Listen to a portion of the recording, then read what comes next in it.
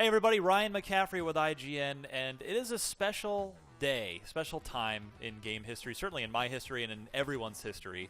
It is the 20th anniversary of Doom, possibly the greatest first-person shooter ever. In my opinion, it is. It's one of the most transformative games in my life, and I think in gaming in general. And here we are in Doom. This is I'm the Brown Marine, and the gentleman behind the Marine's eyes right now is none other than John Romero himself. Hey one there. of the creators of Doom. John, it is a pleasure. Thanks a lot. Yeah, this is going to be really cool. So you and I, we're going to co-op through the first episode of the game, All right. which is 9 levels, assuming we hit the secret level, which of course we should. Okay, I'll make sure we do that. I think you know where to find it. Yeah, I'm sure I'll remember as well. But yeah, I thought we'd take this time to take a tour together, to run through these maps again, and get a chance to ask you about some of your favorite Doom memories and just some things about Doom as it turns 20. So, all right. First of all, here we are in E1M1, which is arguably one of the most played first-person shooter levels ever. I know I've played this level 1,000 times and then some. It's the classic horseshoe design. So, well, yeah, on that note, was this always intended to be... Let's start shooting some stuff. Was this always intended to be the first level, or did you sketch out a bunch of levels and then decide later which one should be the first one? Nope, this was made to be the first level. It was the last level made, which is always a pretty good idea when you're making a game, to make the first level last, because by the time you are making the last level of a game, you are really good at making levels. Right. So that means that the last level should be your best level. And so that was basically what I did with this game, was make this level last. So it was intentionally, very simple, but I wanted to make, the hints of outdoors here, so people could see some outdoors, and give it some color. The game actually is kind of colorful. It's not the drab, browns and grays constantly, because there's blue carpet. And there's green slime, and Stephen Totillo was very impressed when he saw the blue carpet, because he didn't expect to see it.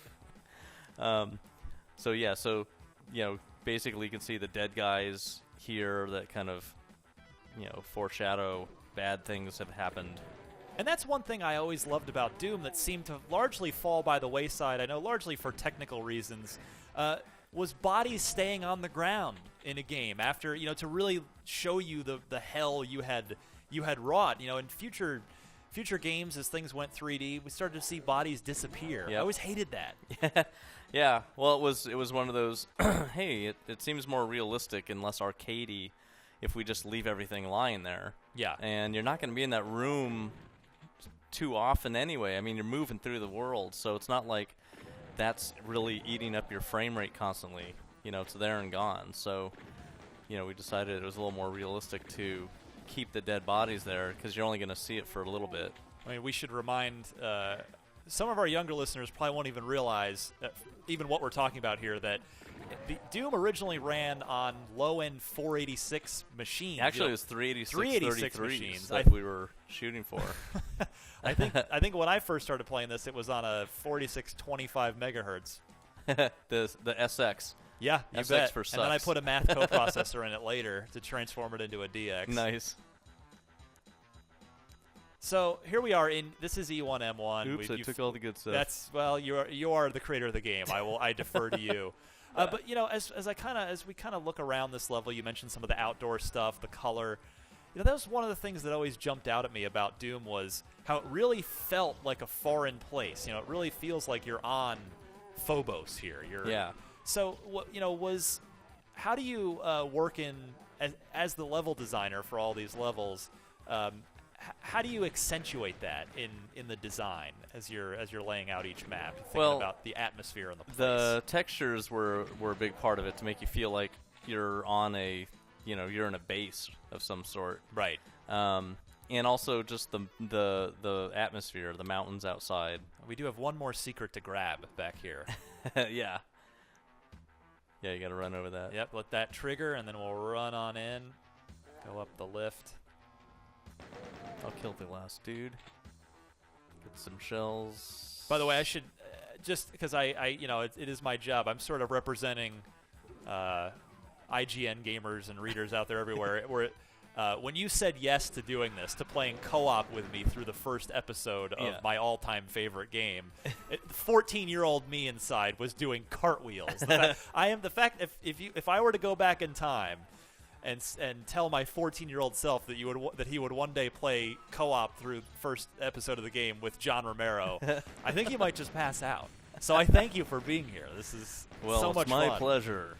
It's been so long. So, what's your level design process? I mean, these are some of the best level designs that I think in any first-person shooter. I mean, again, between the sense of atmosphere, it's an abstract level design. The secret, the secret areas, and the way you'd use lighting and implement some horror elements here and there. Did you sketch out levels on paper first, on napkins, on graph paper? What was your process? No, the process is it's an iterative play design process. So basically, what I did was before I created, the very beginning, like this level actually went through a lot of iteration here. Yeah, so we're in the hangar now. Is it the hangar? Or sorry, not the hangar. The nuclear plant. Nuclear. The hangar was the first one level. was a hangar.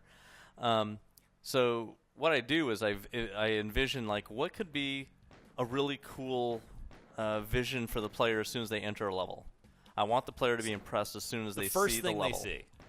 Right? So they need to see something impressive to be interested in it.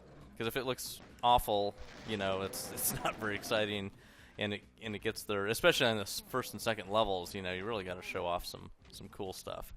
So the first thing that I did was try and think about what is a cool look. What would be a cool look? And so this area here, I thought was interesting, just because it gives you possibility. It's like I could go left, I could go right. What's that flashing light? What's through here? Oh my, what's this elevator? So there's a lot. Back when this game came out, this was pretty complex stuff because people had seen Wolfenstein level technology, so this was a new world for everybody. And so seeing this, there was a lot to explore just in this first little room. There's a secret. There's a key card door, which is introduced on this level.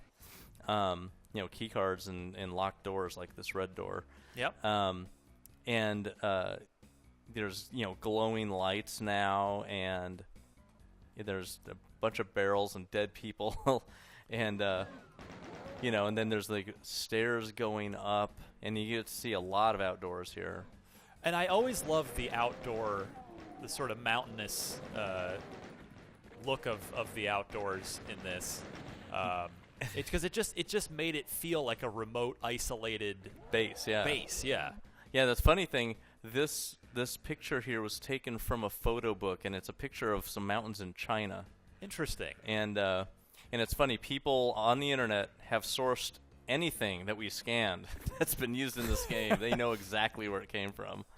But if you want to go out there, you have to find the secret, which is right here on the texture that looks different. Boom. Yeah, you knew it. It's all in my head, John, at this point. You remember all. And so, I wanted players to kind of get the feel of, I'm flipping a switch. And then when they flip it, nothing happens where they're at, but they hear something happen. So that's like an immediate, kind of a learning point for the player. Oh, I can flip switches and things happen in other parts of the world. Okay. And then they get to see their first really interesting power-up out here, the Soul Sphere. What the hell? What? Oh, just this. That was the Soul Sphere, response. Yeah. And then of course in Doom 2 the Megasphere. Yeah, the Megasphere is the other guy with the full armor too. So out here was you feel kind of some freedom from the confines of the halls of the base, but you can see into it, and this was way more complex than anything anyone had seen at the time. So you're like seeing inside of a 3D building, and you're outside of it. And the magic of the whole thing is just the crazy frame rate that John Carmack got this to run at. It was a revelation at the time. So it was very, there was just nothing like it, but it was portended the future. And so, there was a lot to explore in this first area, and to finally, open up a door, go get a key, come back, and then use the key. Yeah, we've got our red key now. So if you're wondering, by the way, gee, Doom looks even a little better than I remember. We are using a bit of an updated mod here. We're using a the source port called Doomsday, but these are the original graphics. None of these have been changed. There's some dynamic lighting, but other than the dynamic lighting, this is, like that's a bright glow in front of the Switch. Yep. That's the only, really, these little glows are the differences. Bam. Okay. Let's do it. And then that opened up this secret, which was another, in the same level. Dark area with the strobe lighting. Yeah, if anyone maze. found this, it was really this was a really interesting part because I drew all of these shadow lines to make it look like the engine was casting light, from here across over to here, and so I made it look like I was simulating that it was casting light to make the engine look even cooler. So what were your tools that you used internally at id? Because later things like I actually used to make Doom levels with DoomEd, and there were a couple of other ones. Yeah, so there's the original program was called DoomEd that I wrote, but that was written on a Next Step workstation because we made Doom on workstations. We did not use PCs to make Doom. It was made for PCs, but PCs were basically inferior to Next Step. Right. And Next Step is, as many people know, is what OS X is on the Macintosh. In fact, if you're a Mac programmer and you're calling any of the Cocoa or any of the functions inside the app kit, you're calling functions that start with NS for Next Step. And now this was a classic moment in the game. The first time you'd get the chainsaw. And you have to flip the switch to get it. If you found it. Yep. We're back here in a secret. You'd see it through this window, like, how the heck do I get that thing? Yeah. Normally you would get to a further point in the map and look through here and go, no way, that's a chainsaw up there. And it looks cool because you're looking outside. So, yes. No one's been out there because there's no way out there. And I wonder if there's anything hidden where I can't see it. I'll say no because I made this map. But now, did you pick or did John and the programmers pick the names of the cheat codes? That the was IDDQD Dave Taylor. and Dave Taylor programmed all the cheat codes. So because of course it was for all the weapons IDKFA, id kicks, effing. Well, the id was just like company identifier. And so, if you were doing LucasArts like Dark Forces, it was LA for LucasArts. Right. And so we kind of used the prefix id KFA, and that meant that the weapons kick effing. So how about DQD then? So the DQD, that was a Dave Taylor, that was a personal cheat code that he just made up, and it stands for Delta Q Delta, and the Q stands for quit. And what that meant was when he was in college, if him and his frat buddies were getting too low on their grades, they would just quit the class. And so they did this many times and just created this imaginary fraternity called Delta Q Delta for the guys that would just quit classes if their grades were gonna make them fail. All right, let me test your mind here on one more. IDSPISPOPD. Yeah, that's id spiz pop d, smashing pumpkins into small piles of putrid debris. And that was basically, there's a long story about how that happened, but we did not create the name of that cheat code. That was created on the internet while we were making Doom. What internet? It was on the Usenet. Sorry. Yeah. And it basically, people were so excited. Rocket launcher. Yeah, look at that. Go ahead. I have the rocket launcher already. That's right. You took people were so excited on the internet about Doom, and the reason they're excited about it is because in January, when we started making the game, we put out a press release saying it was going to be the best game in the world. Well, at least you actually did it. That's so funny. So we knew the tech that we were going to put together, and so we were like, let's put out a press release. But that got people very excited, and so people were on Usenet just like waiting for the game, not knowing it was going to take us a year to make it. Yeah. But they were very excited, and they started creating ideas about how cool the game would be, and it was going to be the greatest game of all time, and they started coming up with just crazy ideas. And one of the crazy ideas was, you're gonna in Doom, you're gonna smash pumpkins into small piles of putrid debris. Well, that's the Cacodemons basically They fulfill turned into that that, yeah. prophecy. Yeah. But someone actually made a game called Spiz Pop D. It was pathetic looking, but it was hilarious that they did it. But that's how far it went. People went so far as to actually make something that was funny, just because they were just tired of waiting for the game. But yeah, that's where the cheat code came, and that cheat code let you clip through the walls, just basically go through walls like you're a ghost. And we changed the clip, or we changed that code to no clip in Doom 2. For Doom 2, yeah.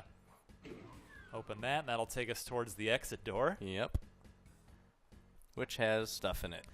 So, I mean, what do you think? You know, because as I said, I would sit in Doom Ed and make levels back in the Doom days, but then, you know, eventually, of course, starting with Quake, I mean, you guys again, everything went 3D, and you know, then it became way out of my and a lot of people's capabilities to make maps complex. anymore. Do you kind of lament that in a way? Like it's sort of I mean, so many talented people sprung up and many careers were launched, but you know, the simplicity of the 2D level design was this engine, more than any other engine, enabled players to create the same atmosphere that we created in the game, because the engine itself has this thing called diminished lighting built into it. So no matter what light value you have in a hallway, it will diminish over distance and make it look scary automatically without the player having, or without the designer having to actually try and make the light level go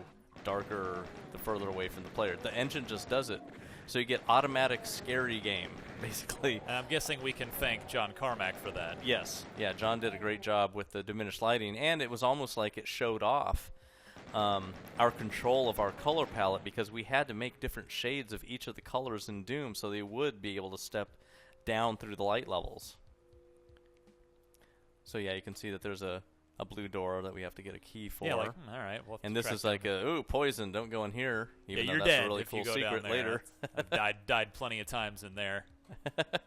Yeah, that's the way to the secret level. Oh, eat that. This was a pretty cool, like, oh, look at that, a soul sphere. You get to see the cool secret and figure out how to get it. That seems to be a design or a level design trick of yours. You know, a carrot at the end of the stick, if you will. Yeah.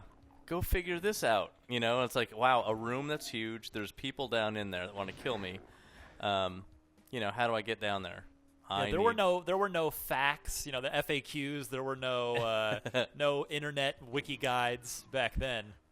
Hank Lucart actually did make a Doom fact first. And that was on Usenet. So people were trying to document as fast as they could the information that they had even before the game was launched, because there were some leaked alphas and stuff. Yep. So people actually did. Hank Lucart was the guy who started the document, and then other people started to do it after him. Yeah, that was a good shot. What's the secret to making a good Doom level, John? Because obviously, again, people like myself have tried many over the years, but you're the master of this. I mean, we're playing your best work right now. So really, like I've started to talk about before, my level design process is an iterative play design process where I start building a level and I play it immediately, and I feel the space that I'm moving through, and do I like the way it looks, and is it the right length of I guess movement space? You know, do I like the amount? Oops, sorry. That's me. Now there's a secret here too. That yeah. So we have to basically trigger back here, right? Up. This was one of the really insidious secrets for people. And then run up and hang that left. Hang left, yeah, and then go get that towards soul the sphere. strobe light. Yep. Down here we go. Meet the bad guys. Well, we already killed them all, I think. Oh, not all of them. Oh yeah, you'll see. There you go.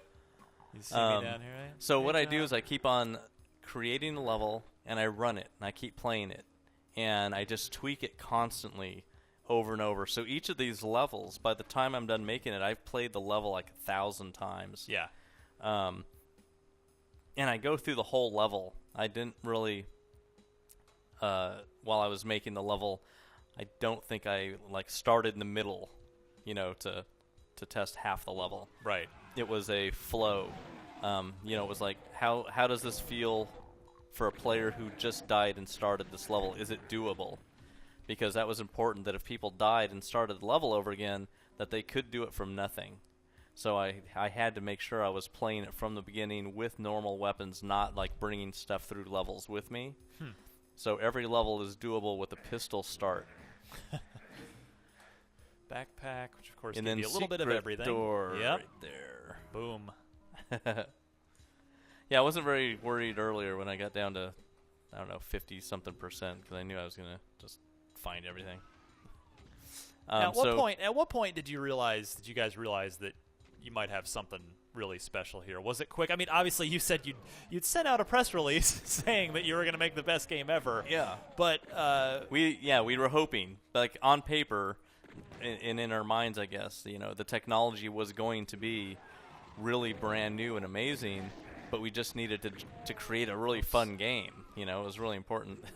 I got to get help now. Yeah, sorry, you strafed in front of me, John. I know. Friendly fire. Hey, there's a big health pack right up there if you need it, which you do. It won't go back down. That's right. Well, I've got a 25%er over back near me. Okay. Yeah, I'll get there it is. That's good enough. I won't shoot you again this time. Whoa. Did you ever read the Doom books, John? The 4 novels that were done? I did not read those. David Abhue, I think, is the guy who That's wrote right. those. And Brad Lynn Weaver. Yeah, that's correct. I actually thought the first 2 were really good. I really enjoyed them. I have them. Yeah, they were little sort of novelizations of the first 2 games. And then the second 2 books, books 3 and 4, I thought were not nearly as good. They were their own stories, and they went off into some strange places. Yeah. Yeah, I thought that it was just, I wouldn't have named the guy Flynn. Yeah, Flint McTaggart. Flynn Taggart. Yeah. Or Flint Taggart. Yeah, I wouldn't They have done call that. him Fly. Like Fly. There's our blue key, but the lights are gonna go out. Yes.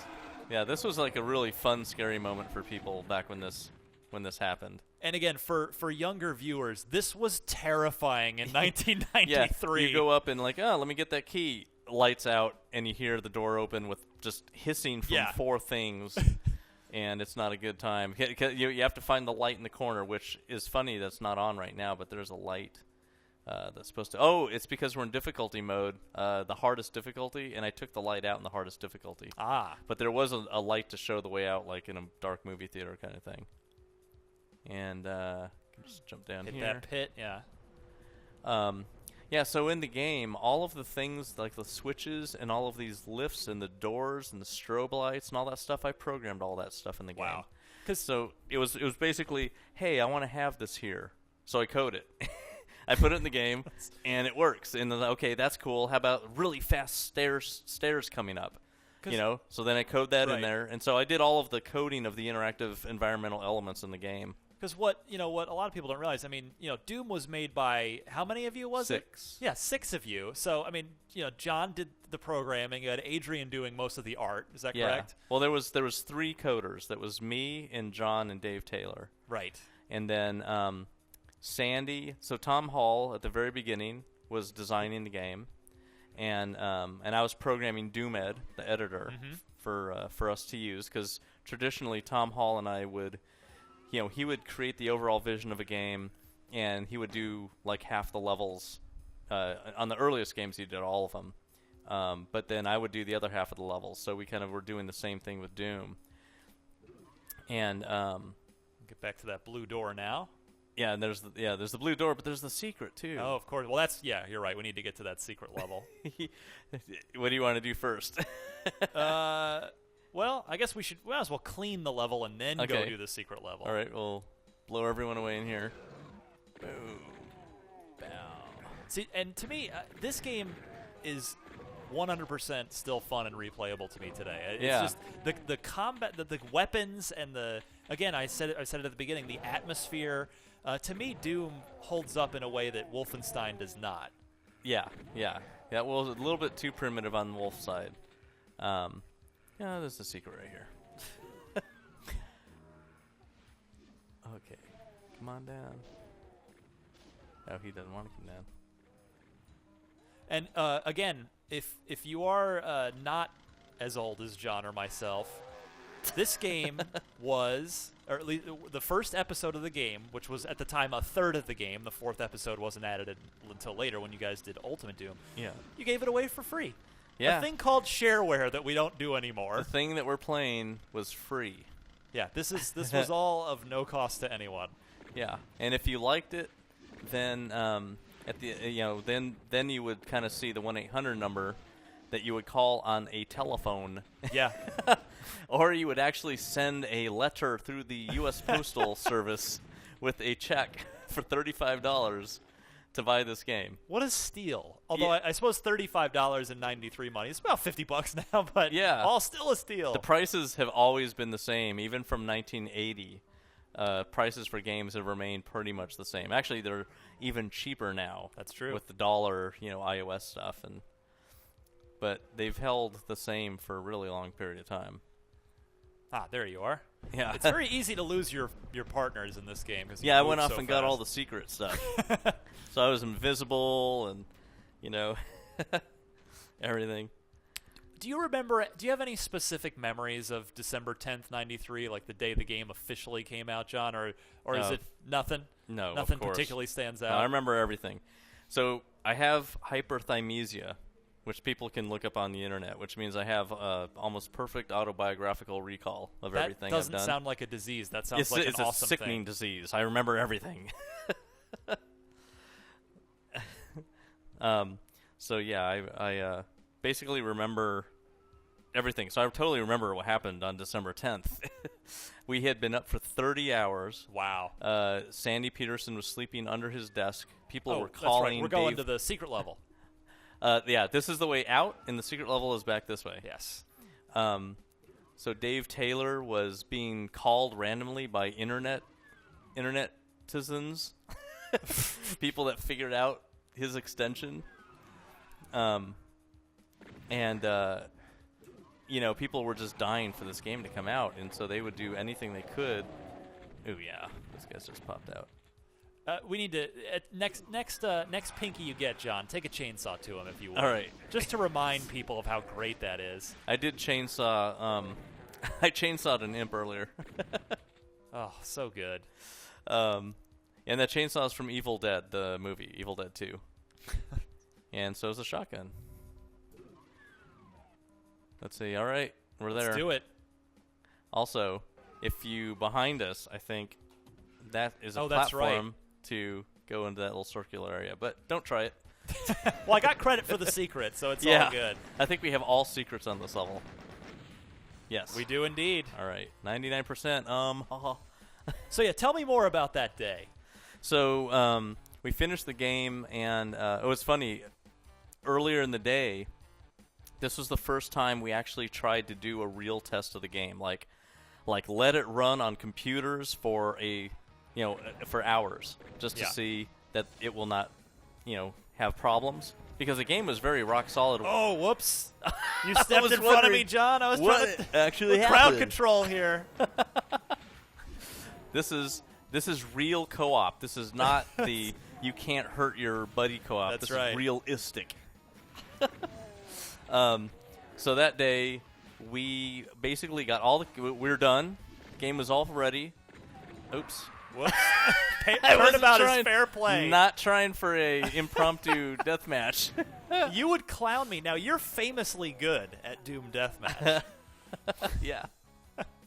We'll Yeah. talk more about that later, but So, well, look at these guys just coming up from below. Nice kill.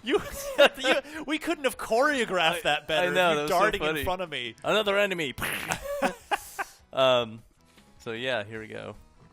Oh, bad guy. Don't want to get, Yeah, chomped. don't.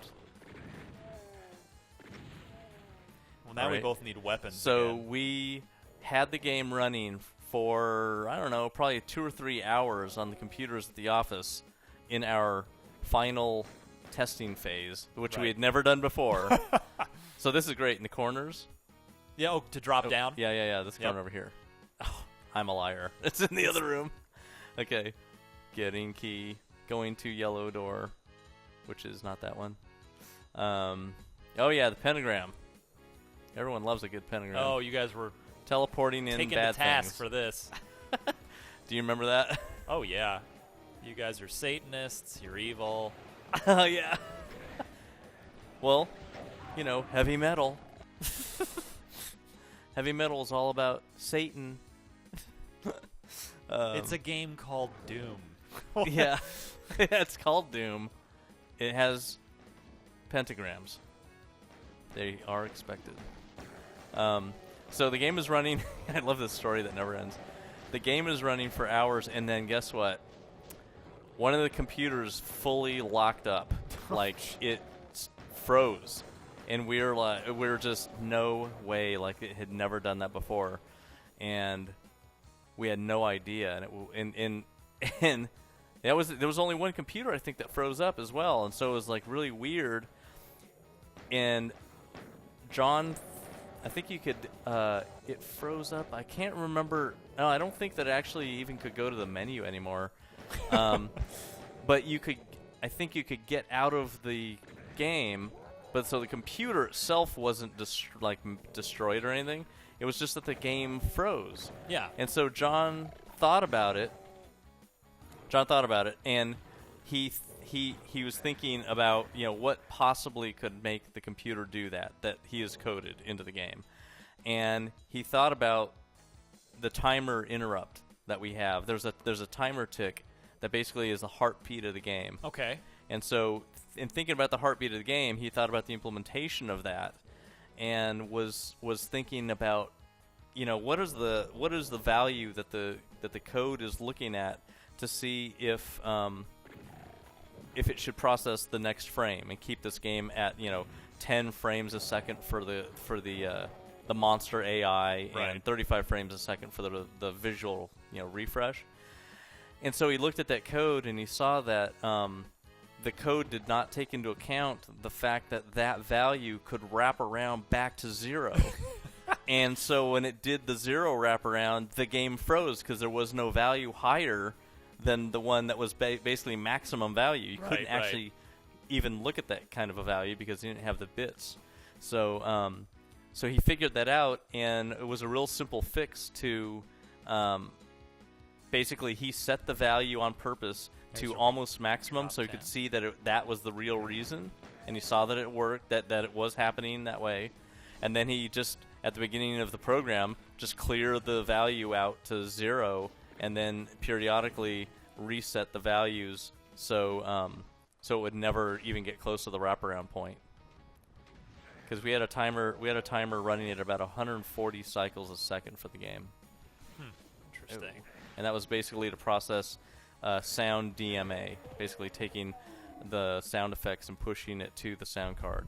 I'm almost Sound Blaster. My Sound Blaster 16. Yep. Yeah. Sound Blaster 16 was the card. It beat up the Adlib Gold. That's right. I remember. And I just opened. Oh, I'm dead. I just opened the room full of death. I am out of ammo completely. Well, you might as well just embrace the room. Just embrace fear. Just go have some. Whee!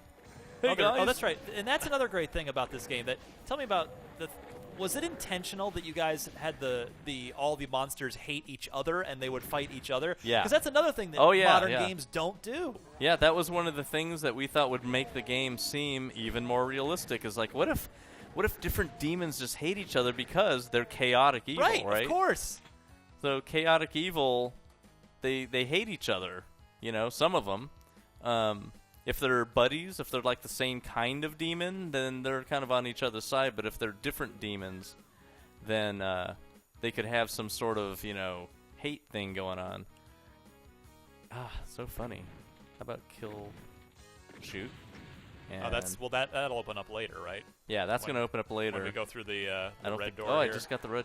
Okay, kill everyone. I got your back. All right. Literally. Yeah, you got it. Nice. So over here. Oh, watch out. You're next to a can. Another genius element of Doom is the exploding barrels. Yeah.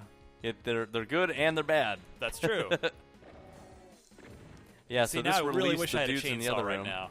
Huh? I really wish I had a chainsaw right now. Yeah, you could just burn through these guys, but we died. You have... Okay. Damn. Whittling them down here. Damn. One left. I had one ammo left. What's your favorite monster in the game, John? You know, I really like the Cacodemon. He's been my favorite for a long time. And the Revenant just makes me laugh. Right? What? Here's where we can drop down. Yeah, there it is. Okay. Yeah, for all kinds of good things. Well, for me. Get a little bit of hurting in there. I don't know if we can both get it. Nope. I'll get over on this one. Oh, nice. I will take this one. Burn. Okay.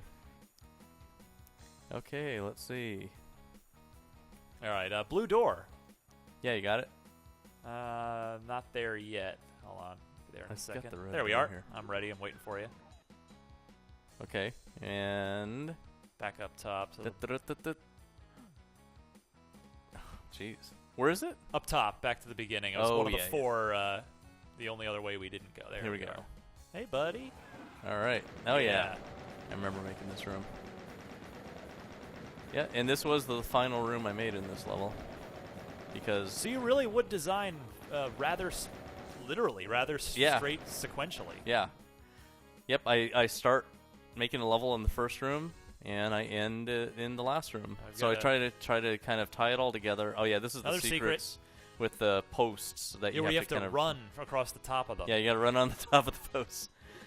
Oh, did you play this recently, or are you just remembering it all? No, I promise you, this is all just torched into my brain in, nice. in such a beautiful way. I'm so glad it's there. Now, I actually haven't played in the last few years, I'd say. Oh, go ahead. All right. Got to get to the corner. Yeah, I think you can go one at nope, one. Oh, look at you trying to actually jump with the little cheat. Cause, no, I have not jumped. Not at all. I didn't. Really? It looked like you jumped. Nope. I promise you. All right. So I can, you can go right across. Can you do it? I got one of them. I got the box of rockets. Jeez. I just want the chainsaw. I got that. Oh, good. Oh, well. This is an entertaining video for people to watch. Yeah, I'm sure it's boring. Let's see. Yeah, you have to jump down here. Go to around the back. Switch. Yep.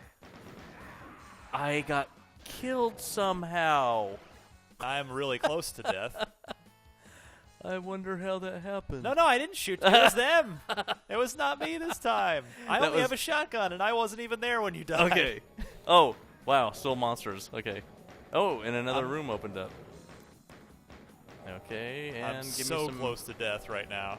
Yeah. How about we just go to the next level without death? That works.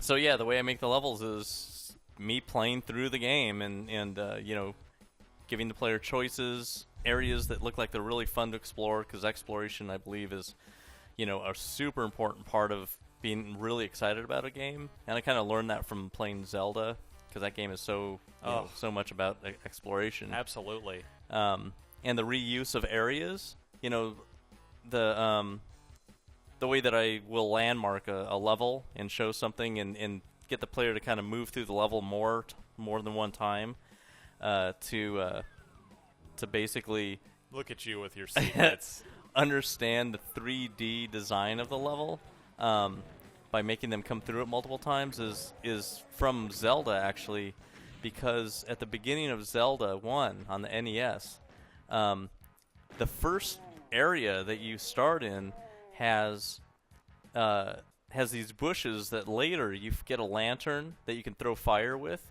Yep. And when you burn down those bushes, there's a dungeon under it. And that dungeon was in the first room of the game.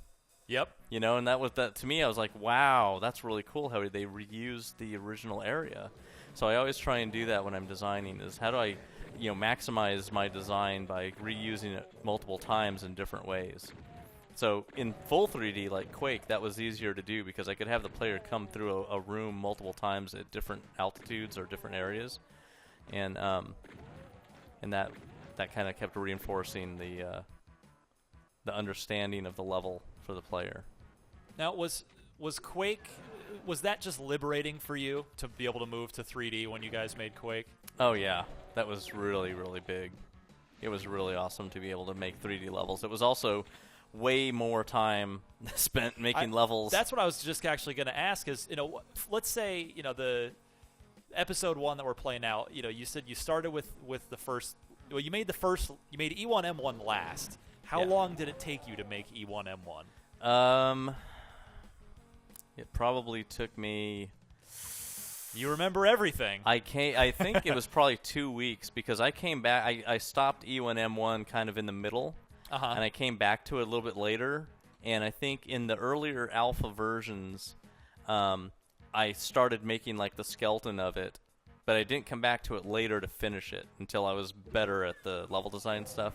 So, so you could see some earlier versions of E1M1 that have some of the rooms looking different, but the overall shape is kind of the same. Right. And I think I had mentioned earlier the classic horseshoe design. Yes. Which is basically making a level that's like a horseshoe. You start at one end of the horseshoe and you go kind of almost in a circle. And Heretic uses that. Quake uses that. Doom 1 and Doom 2 first levels are classic horseshoe. And that's basically so the player can possibly, it's an easy to understand, shape. Yeah. With Doom 1, you could see the other side of the horseshoe, which was exciting.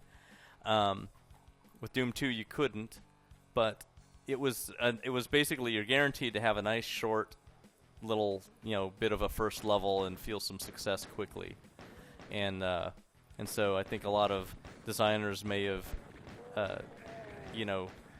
kind of taken that example to like, hey, yeah, let's not make a crazy epic first level. Let's give the player some closure soon so they can kind of catch their breath. And it looks like you've already taken care of business over here. Yeah, that was the next room. Oh, look at that guy. Oops. Yeah. I love how far away you could shoot people in this game, too, yeah, at certain times. Yeah, the other thing that you'll notice is that with Doom, there was never a render distance maximum. So both Wolfenstein and Doom would draw as far of a level as you could make. It did not go into fog like modern 3D cards do. Oh, we got one of the... Isn't the other... is this the swastika coming up here? Yep. Actually, I bet you this isn't swastika. Let me see. It is. Is it? It's changed, right? Yeah, I changed it.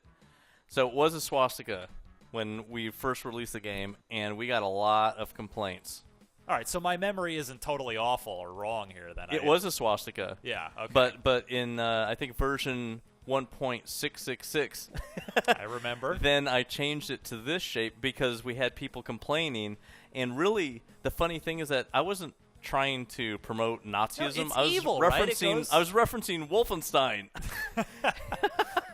In Commander Keen, one of the levels that I made, I made a pipe, a little pipe design of a swastika in it, as a reference to the next game that we were going to make, which was Wolfenstein. Yeah, which is what game developers used to do all the time. Oh yeah, but they thought that I was like that I was a neo-Nazi or something.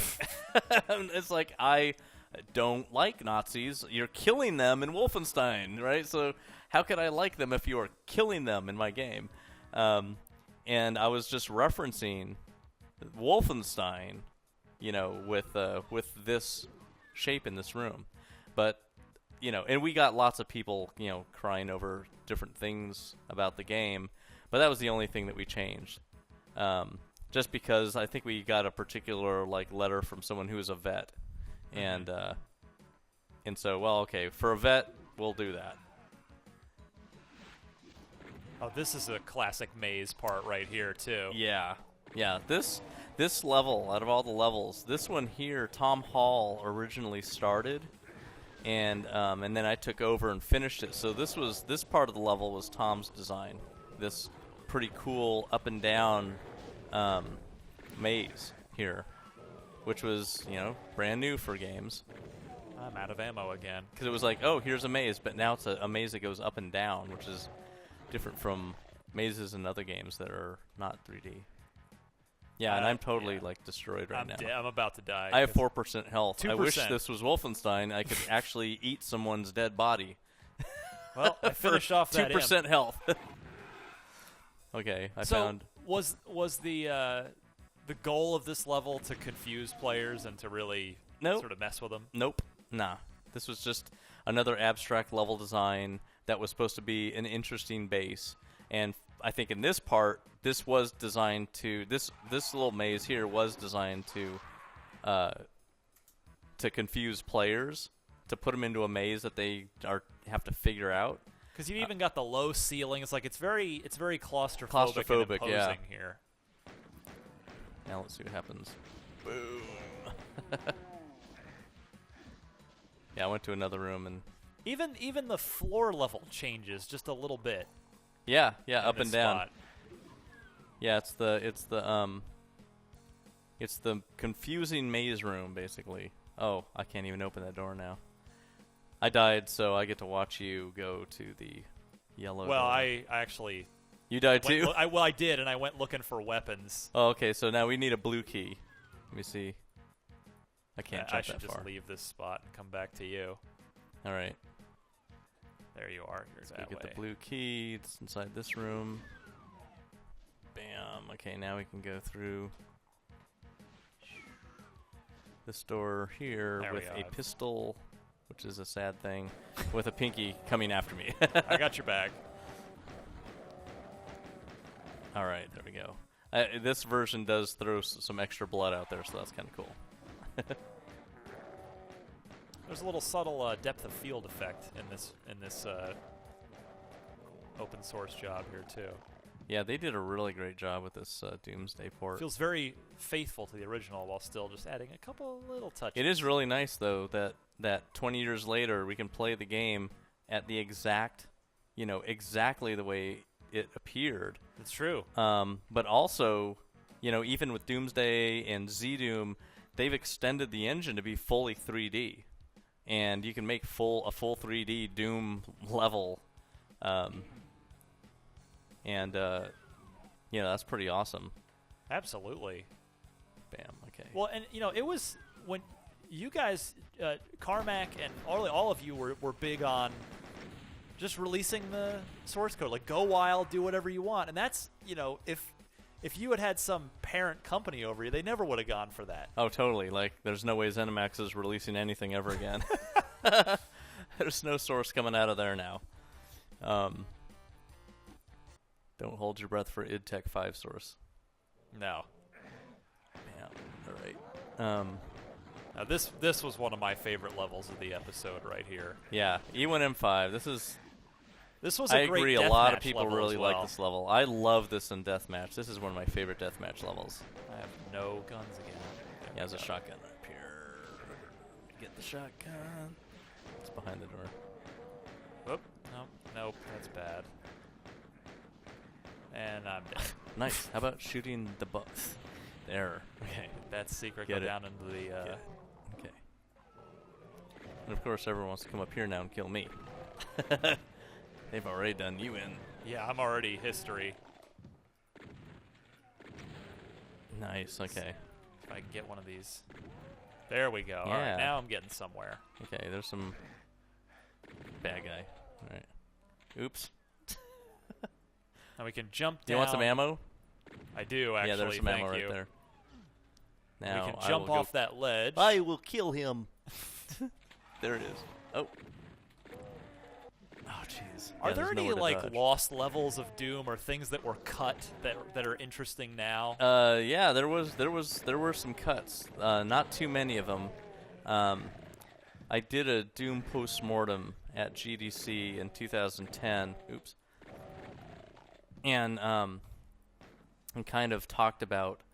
I showed some alpha versions of Doom, and those had some those had things in it that we cut because one of the big things with Doom was getting rid of lives, because lives was a holdover from the arcade era. Sure, where you're yeah. pumping quarters in, and so we basically I basically thought, why, I don't want to start the whole game over again if I die. That would make me mad. So Of course. how about we just let the player start over again with no weapons? That's probably bad enough.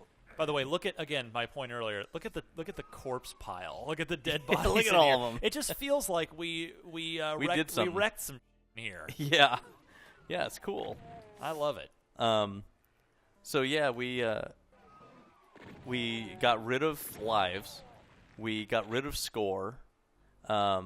Well, sort Wolfenstein- of. You guys did the par time thing at the end of each level. Yeah, That's I did sort that of a because score. that was a fun thing to just kind of shoot for. But Wolfenstein had par times, but it also had a score. So in Wolfenstein, you picked up lots of little artifacts, and it gave you points, and you could go for a score. But in here, putting those items in made it feel like a little arcade game. And it took the realism away from the game. Like, why would there be demonic daggers and skull chests lying all over the place? Sure, the demons took over, but why would they drop artifacts like that? Hey, they look the same. So that felt cheesy. And so we took out all of those special items that we put in there to support score, and we got rid of score. Interesting. So it was important for the feel of the game that score went away. Hey guys. Oh, that was pretty cool. We both did that. Nice. Oh, I ate that one. Oh, there's a lot of stuff down there. Yeah. There's a neat little outdoor secret area coming up here as well. Yeah, with the chainsaw. Yep. See, you have a photographic memory in real life. I have a photographic memory when it comes to Doom. Just Doom, nothing else. Just remember everything about it. Like the health here and the secret over here. Uh-oh. Got it. Okay, there's a pentagram in Getting there. shot from somewhere. Oh, behind me. That's bad. Okay, well, I got two dudes. That's right. They came from the sides. Okay, that wall? There it is. Okay. Yay, pentagram of teleportation. Somebody donate something And for health. me. And invisibility. And bad guy.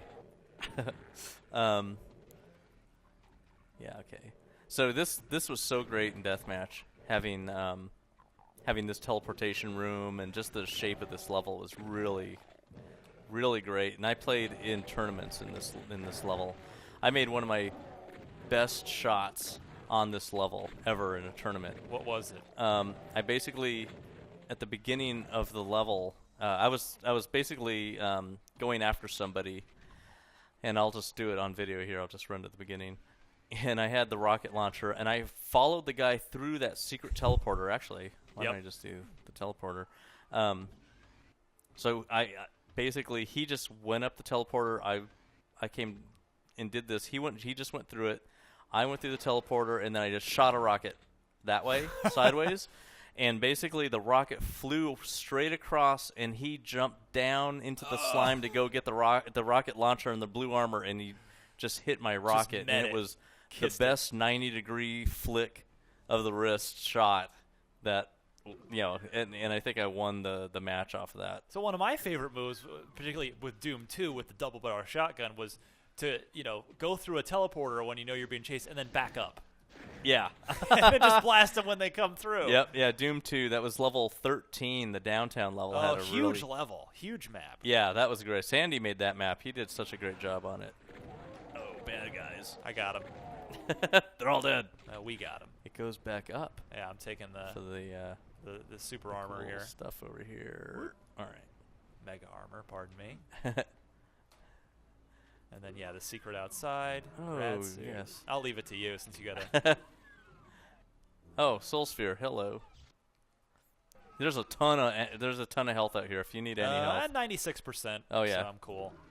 No need to kind of throw it in the trash. I like the secret within a secret. You're like, oh, I found a secret closet. There's there's a secret behind it. Oh, there's another secret. So speaking of deathmatch, a thing that again, this is pre-internet. This is before gaming took off on the internet. Yep. There was this network. There was a service. It was a bulletin board service of sorts called Dwango. It's called Dwango. Dwango. Dwango. That means I've been pronouncing it wrong. Doom for Wide years. Area Network Gaming Organization. Yes. Now, of course, the home base was Houston server. That was sort of regarded as the far away phone call. I lived in Arizona, so I played on the Phoenix server. Oh, and it was just a cool. core group of us. I don't know. Thinking back, it was probably like 15 or 20 core guys. Yep. That you'd see there. I would just go hang out in the chat. Like I would just log on and just sit there. Yeah, I wrote that client, by the way. When you ran Dwango, I wrote that. Why am I not surprised? You wrote everything. You and John. Yeah, that was those guys. When Doom 2 launched, those guys basically gave me a disc at the launch event in New York City in this church called the Limelight. Mm-hmm. And they gave me the disc and just kind of begged me to please run this disc. It's really cool, and so I did, and I was really impressed by the fact that I could play Doom like at any time by calling in to a server. Yeah, on your 28.8 modem. Yeah, on your 28.8 modem, and so I told Jay Wilbur, I want to make this thing happen. I want to help these guys out because I want to play Doom at 3 in the morning and not have to call my friend, hey, turn on the modem. Yeah. So that's what I did at night was work on Dwango, and I worked with Key Kimbrell, who was the server programmer, and so we would basically sit on the phone with like a duo phone, which is the like speakerphone setup from Radio Shack, and we would both just have the phone on and sit there and listen to music and chat while we're coding, and then every once in a while I'd tell them, oh, okay, I need to give you another header file because I'd find another packet type. So let's go into Procom. So I would run, get off the phone, use the modem, use Procom to transfer the file, and then we call back up just to stay on the live chat. You didn't get the second phone line? Because that's what a lot of us did. Yeah, I didn't get a second phone line. I just had the first one. I wasn't going to use a second. I barely used phones. I used a cell phone back then. Oh, that was ultra cool. That was Zach Morris style almost. Whoa. There's that guy. Okay. There we go. Here's the dark room. Oh, this was gold, too. Bad guy coming right around the corner there. I got him. Nice. Just got to notch hit this barrel. Okay, I'll go the other way. Yeah, I'll go the... Okay. Yeah. Pinky. There we go. So, Were the now? Are you a Gib or Jib guy? It's Jib. It's not. No, there's not a guy. See, like, no. Are you a Gib guy? Jib doesn't sound right to me. Giblets. Jib is short for giblets. Giblets are innards. All right. Well, all right. And that's why it's Jib and not Gib. It's not the brothers Gib. If anyone's going to correct me on Dwango and Jib, it's you. I'll take it from you. But yeah. So, well, you know what? Jibs was Adrian's name. Adrian Carmack came up with the word Jib. Did the barrels originally Jib people? Yeah. Or we didn't change anything after the barrel was written and it worked. It was done. We moved on to some other stuff. I didn't know if that was maybe. I was wondering if that was maybe if they died in regular fashion, and you thought, well, gee, if they're being exploded by a barrel, we should really accentuate this. If something takes over 50 hit points of damage, it gets destroyed. And so also, if a player gets hit really hard over a certain number of hit points, they scream loud, louder than normal in Doom 2. I remember putting that in one day. I was like, I want a funnier scream for when you get hit really, really hard. So were there, because the Dwango, they would put together their own map packs Yeah. Both sort of modified Yep. levels. And They made their own levels. I mean, yeah. the most famous one, at least Six? that I remember, was Dwango 5 Map 1. Oh, which yeah, was, yeah. Which was sort of, it took Doom 2 Map 1 and just opened it up. Yep. Yeah, And- that was a and- great map. On the Arizona server, the Phoenix server, that was what everybody played all the time. Yeah, that was an amazing. I played that map so much. It was really great. Do you have a favorite, like, user-made map? You know, a map that the community made? Wow. I really liked Jesus. Okay, I just did a bad thing in here. There's 100 monsters in one room now. You've left me behind. Yeah, there's a lot of things happening right now. I know, it's a little tough to play it. It's not as easy as it sounds, folks, at home, playing and talking at the same time. Even when you've made the game, as John has. Oh, yeah, and in deathmatch, there's no way I'd be talking. Deathmatch is psychological. It's, very non-talky. Unless I'm screaming at the guy. Right. All right, I've caught up to you now. Let me grab a copy After of that taking key. care of the room. Yeah, now that you've done all the work for me.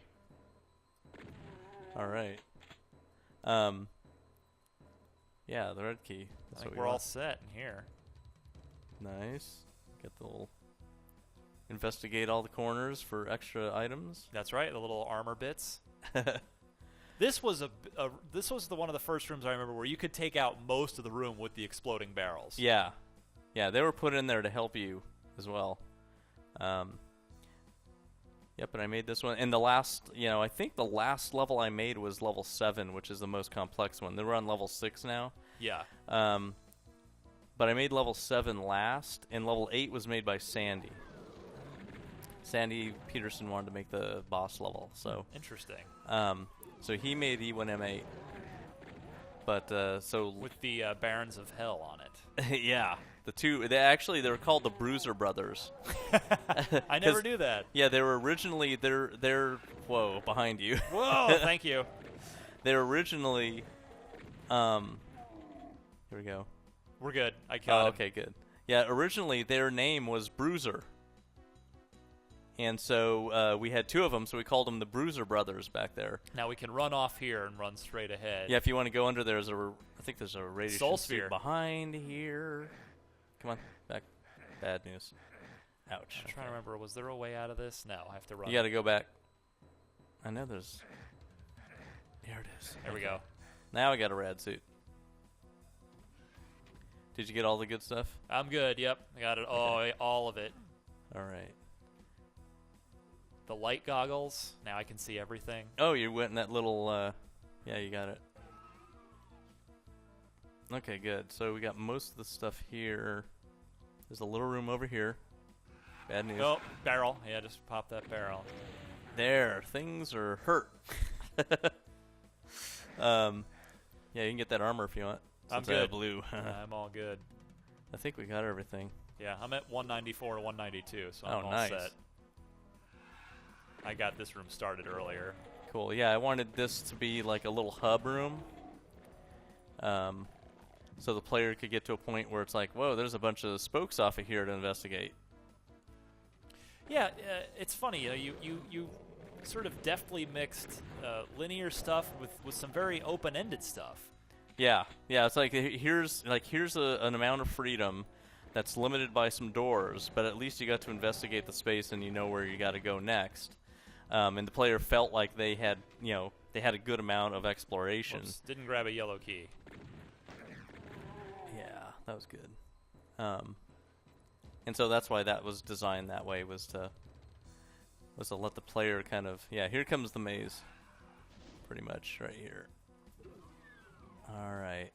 Oh, dudes came out behind you. I'm working on them. So this level was the level when the computer auto map power-up was put in there. Yep. This is the level it was first tested on. So you can actually see. Yeah, this is the first level it shows up on, right? Yeah. 'Cause we hadn't missed it. Actually, no, it showed up on 5. Did it? Okay. In a little secret area. Bam. Bam. I've got the rad suit now. Nice. Yeah, there's a lot of slime in here. Oop, bad news. I love how they didn't shoot me. I'll just follow the trail Because of they're bodies dumb. to catch up to you. Oh, I'll flip a switch anytime. So you've mentioned Doom 2 and sort of in passing a couple times. Famously, of course, your head is on a pike behind the wall of icon the final sin. boss. Was that you, or was that the guy sort of doing a goofing on you, or what was the story with the head? So yeah, that was my head. That was taken from a picture that was taken at id. So what happened was I was basically the artist thought that. Well, okay, so I was at night. I was programming the sounds of that level. Yeah.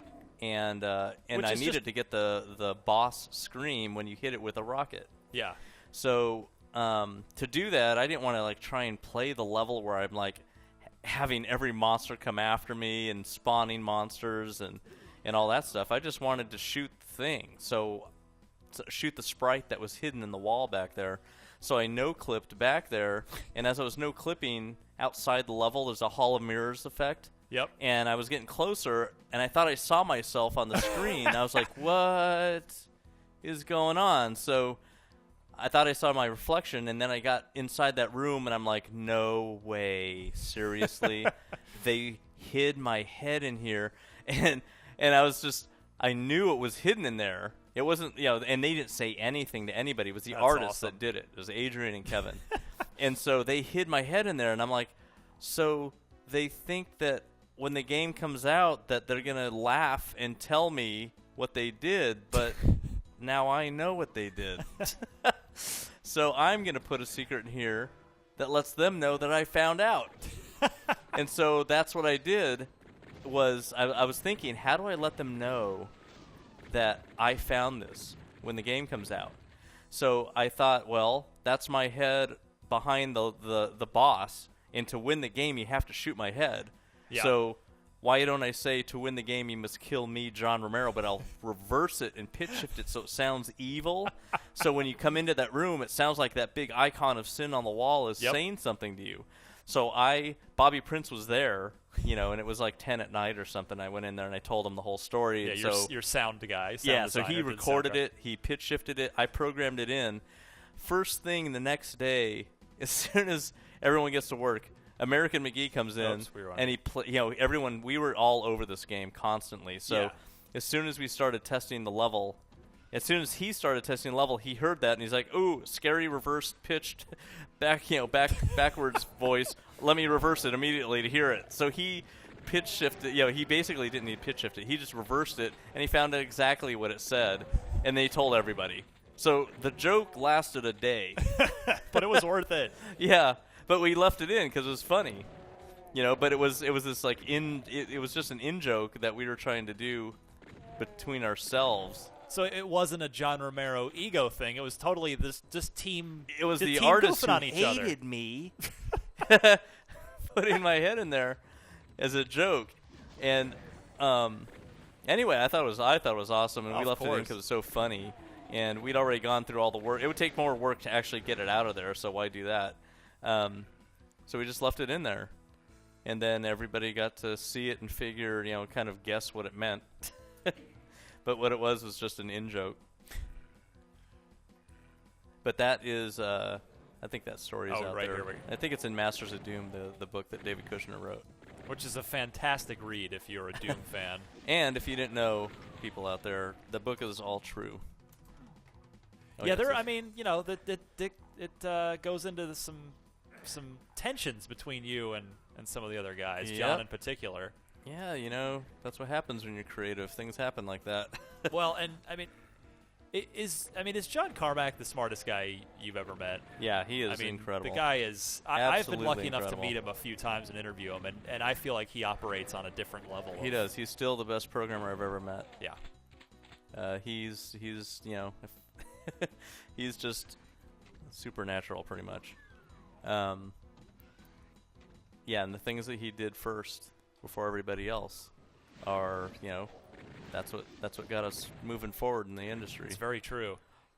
The only thing I think about now is like, what if when we released Doom, we actually released Brutal Doom?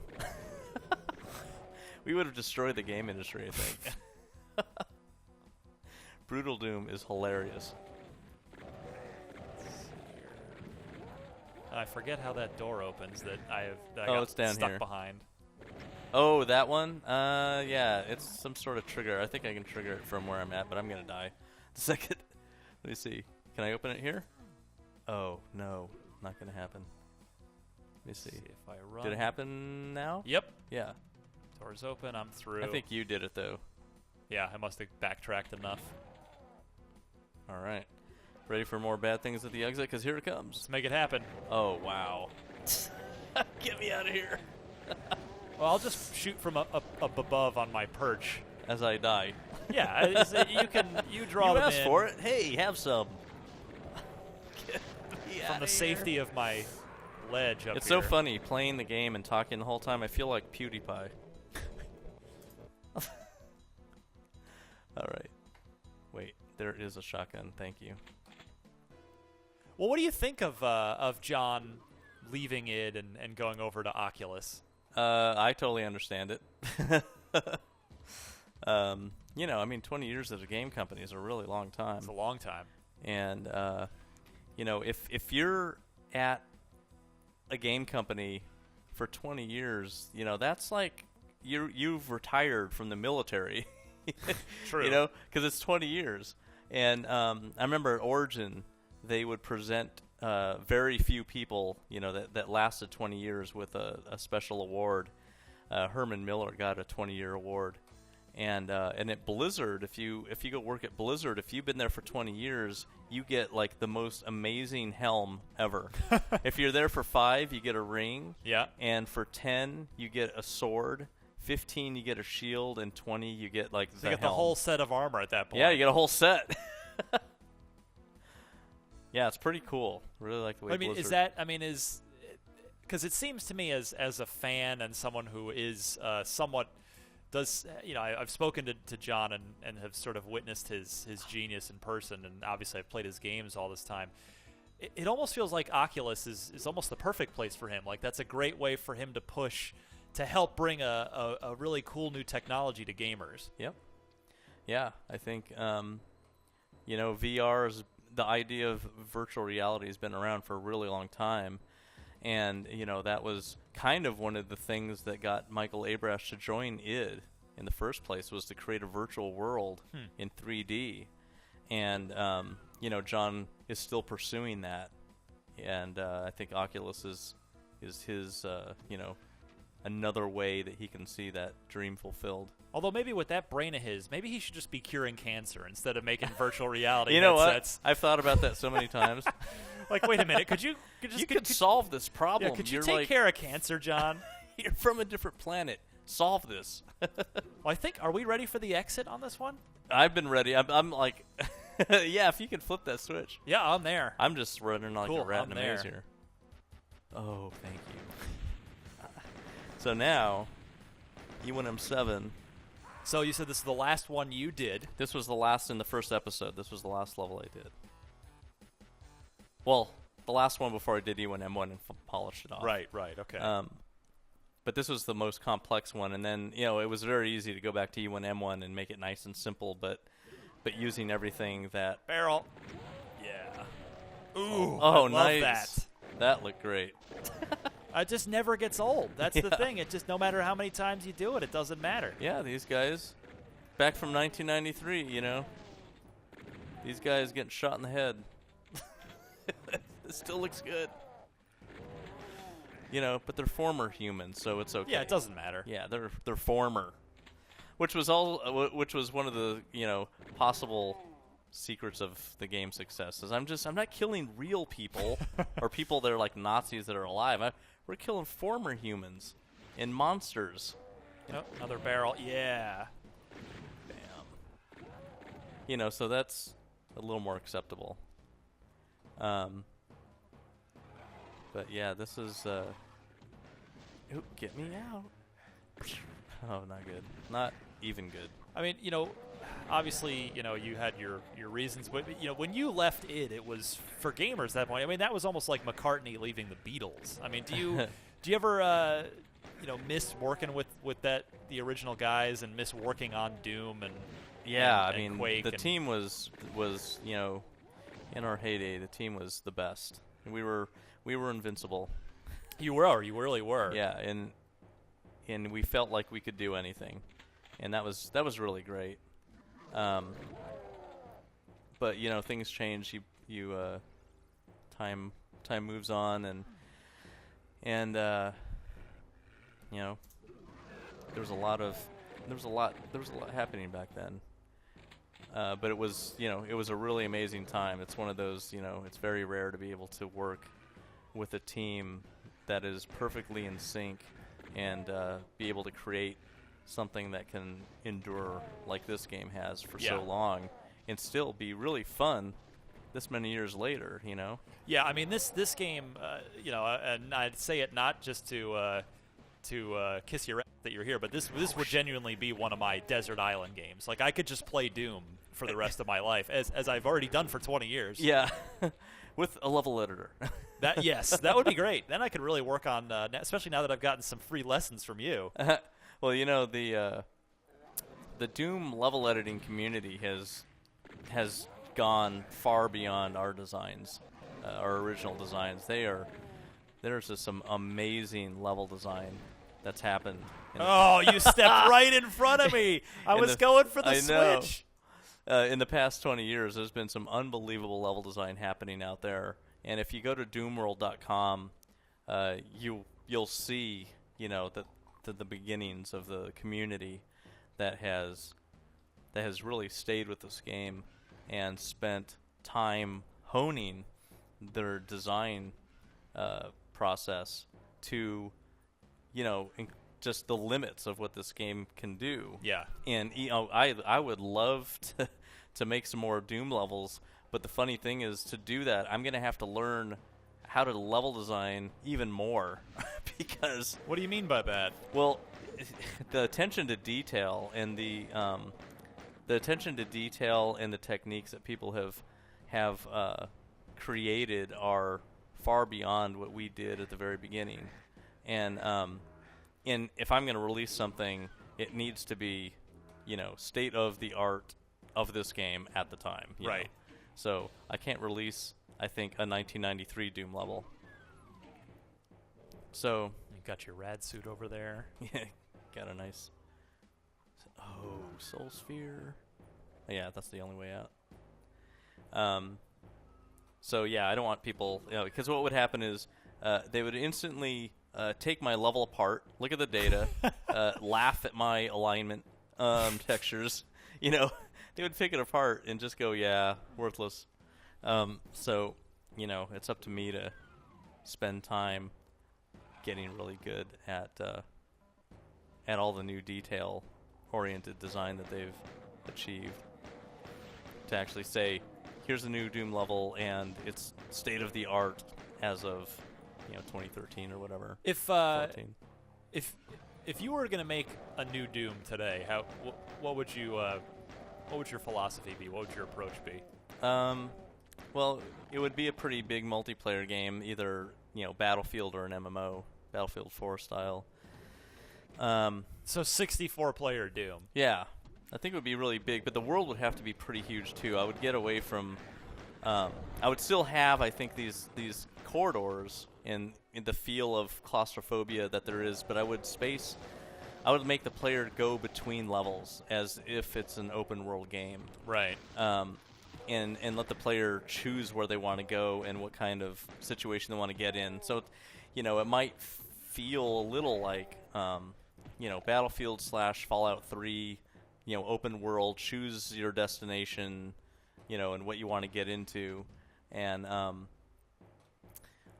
basically, I would want to focus my design on how can I innovate in this game. Like, what can I do that's new that people haven't seen before in a shooter?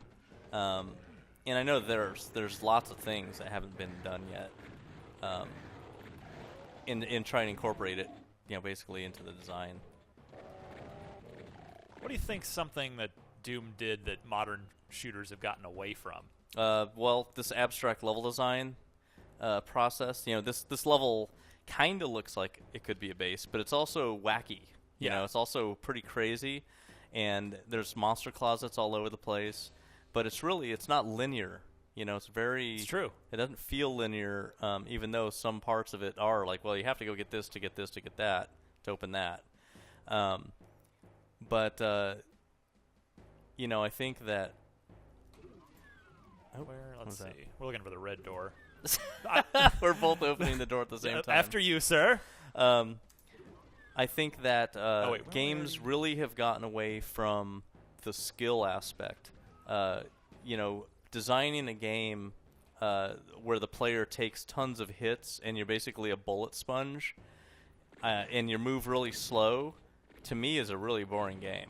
Yeah. You know, I really don't like that kind of style. I love having the speed and agility that Doom has to allow me to dodge rockets and run circles around the other players. You know, that's really cool. That's a fun game to play. But a slow-moving, cover-based type game is not anything exciting to me. I can't stand cover-based stuff. Do you find all the, hand-holdy bullshit that's prevalent in a lot of games now completely annoying? Yeah. You know, when you started Doom, there was no instructions. It was like, okay, there you are. Yeah. You start up the game, hit new game, and now you have to figure out what to do. Well, most of the games of the 90s were that way. Yeah. Yep. And, people do appreciate it. If you play, like, Super Hexagon, that game is very hard. It's extremely hard. And, and people love it. People that, like, love the fact that wow, I'm glad that I don't have to go through an entire tutorial process that I already understand how to play to get into this game. That's great to kind of get away from that. I think, you make a game for expert players, you don't put in instructions, right? But it's just like, are you going to make games for expert players? If you are, let them figure out how the game works, But if you're making a game for casual players, if you're doing something that other casual games don't do, go ahead and tell them what the differences are. But, don't waste time telling them the same thing they've seen 100 times over. Do you hate that the first level of almost every game is like a tutorial now? Yeah. Yeah, it's like, I know what to do.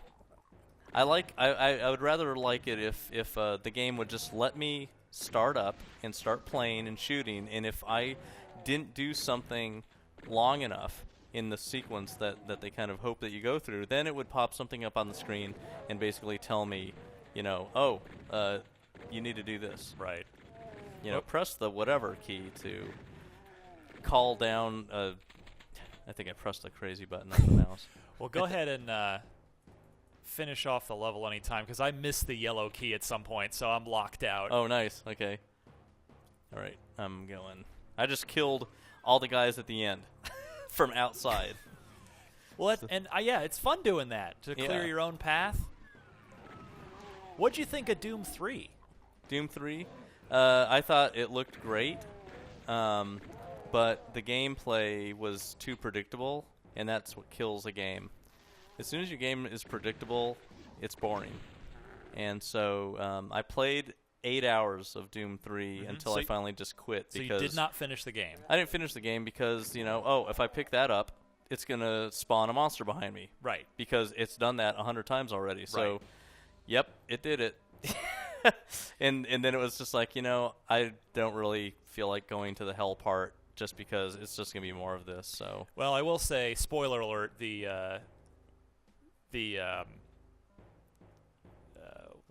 great. I'm completely blanking on the name of the boss in front of John Romero. Yes, Cyber Demon. The Cyber Demon at the end of the game was really well done.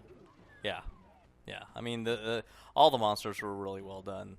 Kevin Scott was Ken Scott. Kenneth Scott. He was an amazing artist, as was Adrian. He really brought an amazing look to that game. And, he's the head of, I think, the art director of all the Halo games now. Yeah, indeed. He worked on Halo 4, which looked amazing. Yeah, he actually worked on Daikatana. That was his first industry game. All right, Chris Perna, if you know Chris Perna at Epic. I've heard the name. He's the art director of the Gears series. Yep. He was on Daikatana right after Ken left. So yeah, I guess as we near the end, real quick on Ion Storm, were you aware of just what Warren was doing with Deus Ex? Like, did you understand that that he was making a just generational kind of game? No, but I hoped that he was making the game that he had always wanted to make, because that was the point. When I talked to Warren in September of '97, I basically went down to his office in Austin because he had just been his studio in Austin basically had just been released from working on the Thief: The Dark Project game from Looking Glass, and so he was ready to do something new. And I found out the day that happened, so. I called him up and asked if I could come down and talk to him, and I went down to Austin and basically said, I will give you as much money as you need to make whatever you want. That's hard to resist. That's a deal. Like, okay. Yeah, I mean, when you get an opportunity like that never happens, you could see what people can do, and he did Game of the Decade. What are your terms? It doesn't matter. Whatever make a great game. Yeah. Make the game you always wanted to make, because I know you can do it. And he did. Yeah, he did amazing work. I had to protect his studio from being closed by the other founders of Ion Storm several times. Wow.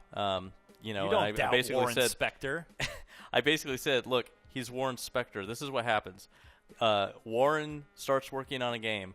Game comes out. Game wins awards. That's Warren Spector. That's how it goes. You know, I don't care, like, if you hear that there's craziness happening on his dev team, because whatever craziness is happening makes those great games. That's so right. I'm only concerned about the high level, and the high level is that he wins. So you give him whatever he could possibly use to make a great game, and let's give him an opportunity he's never had and see what happens. Now here we go, the Bruiser Brothers. Bruiser Brothers, the Barons of Hell. I'm getting mauled. Yeah, same here. Wow. Bad things are happening with these. I managed to get myself cornered. So is John? I know it might sound. I don't want it to sound like egotistical coming from you, because I'll say I think Doom is the best first-person shooter ever made. Wow. What is that for you? Is it Doom? Do you have another one that you feel is just the number one in your mind? I'd say for changing things and bringing new things to gaming, I think Doom was the first game to do that. Yeah. The first-person shooter to do that, because it brought so much, and it really, when you can surprise the world like that, that's a big achievement, to be able to surprise the world with something that they've never seen that really is incredible. That rarely happens. I'd say Half-Life 2 is the other game that has done that. I think the world would pretty well agree with you. That's an unbelievable game. The addition, it is so hard to add to the lexicon of the shooter in a really well done way, and with the gravity gun and the physics puzzles in Half-Life 2, they really did that. They added to the first-person shooter universe, basically forever. And now lots of games use physics puzzles. Before we step onto the pentagram and end, it's the end. I wanna thank you, John, for just, I don't even care if anybody watched this video. It's just like I got to play through the first episode of Doom for the 6 billionth time, but my first time with one of the creators himself, John Romero. What are you up to these days? It's still Big Loot Games, or excuse me, Loot Drop rather. Loot Drop is going to release a game soon, and we're about to start on another game, and I'm also working with a company from New York on some other games, and working as the creative director of UC Santa Cruz's master's program in games and playable media. So if you're in Northern California and want to learn from a true master, we can enroll down there. Yeah, you can learn from Brenda, my wife. She's amazing as well. So John Romero, one of the original creators of Doom, definitely a legend in this industry, and certainly a man who has earned all the respect and success By the way, was it super crazy just like walking and buying like a Ferrari in the Doom days? Yeah, because it was cash. I was like, that's nuts. That's so great. But those were the times. John, thank you so much. And where can we follow you on Twitter? You want to give any plugs? Yeah, at Romero is my handle. Easy. Yeah, very easy. And Romero.com is my wife and my site. And I think those are the two main places for information, other than my Facebook page, which is facebook.com/the Romero. And I guess real quick, as we watch the text ending of episode 1, whose idea was the severed bunny head at the end? That was Adrian. So Adrian Carmack wanted at the very end something that was just kind of funny. Success. So the rabbit's name is Daisy. I didn't know that. Yeah. Daisy, she's got a name. John, thank you so much. Happy 20th anniversary. Thank you very much. Does it feel good to have created something that is just so well loved for so long? Yeah, it's amazing. I mean, the game is holds up. It's really fun to play. And for more on all games, be they 20-year-old legends like this or the latest and greatest stuff, you're already in the right place here at IGN.